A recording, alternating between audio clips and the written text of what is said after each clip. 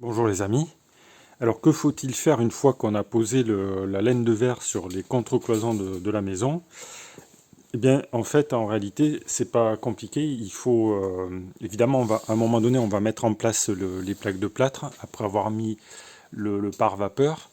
Mais avant, surtout, il faut faire passer les réseaux là où c'est nécessaire. Donc les réseaux, à la fois les réseaux électriques et les réseaux d'eau, le cas échéant. Donc pour ce faire, évidemment on va se référer au plan qui avait été fait au préalable. Alors par exemple ici, vous voyez, là j'ai tous les plans électriques et donc si ça vous intéresse, vous pouvez voir comment je m'y suis pris pour faire les plans. J'ai fait plein de vidéos sur le sujet. Il y a même une playlist consacrée à ça. Donc là par exemple, vous voyez qu'il y a le plan des circuits de volets roulants. Donc on a ici le tableau électrique qui est là-bas, ok.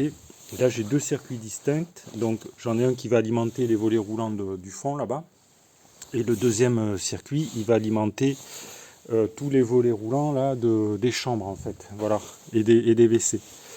Et par conséquent, donc vous voyez que là j'ai un fil qui part et qui va alimenter ce volet roulant là, il passe en périphérie, vous voyez, il est déjà tiré. Et après, ça va partir donc dans le plafond, là, pour alimenter le volet roulant des toilettes. Et depuis les toilettes dans le plafond, donc là, c'est déjà tiré. Je redescends ici, donc j'ai un câble qui redescend, c'est celui-ci.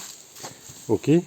Et là, j'ai la commande du volet roulant en lui-même. OK. Et à partir de là, donc je fais un pontage et je vais repartir pour alimenter celui-ci et ce volet roulant ici. Et donc par conséquent, il faut que je tire un câble là en périphérie en bas qui va passer, donc qui va aller d'ici jusque là-bas pour alimenter ce volet roulant. Voilà. Donc vous voyez que j'ai pas mal de câbles, de fils à tirer pour la périphérie. Alors par exemple ici, donc ici ça va être une chambre, donc je vais avoir ici une tête de lit et donc il y a deux prises qui sont prévues sur ce pan de mur et deux appliques murales. Donc vous voyez qu'il y a pas mal de fils à tirer en périphérie. Donc il faut faire ça.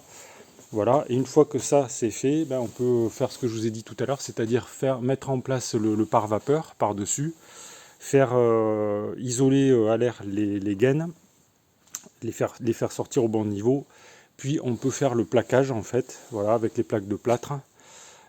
Et voilà. Et après, une fois que tout le pourtour de la maison sera fait, ben, je pourrai m'occuper des cloisons intérieures de la maison. Voilà les amis ce que je pouvais vous dire. Donc si vous avez des questions, des remarques ou des commentaires, vous pouvez les faire dans le fil de discussion sous la vidéo. Abonnez-vous à la chaîne si vous ne l'avez pas encore fait, c'est gratuit. Puis comme ça vous verrez l'évolution de mon chantier. Vous pouvez également cliquer sur le pouce j'aime si ça vous a intéressé. Merci pour votre attention et à bientôt pour de nouvelles vidéos.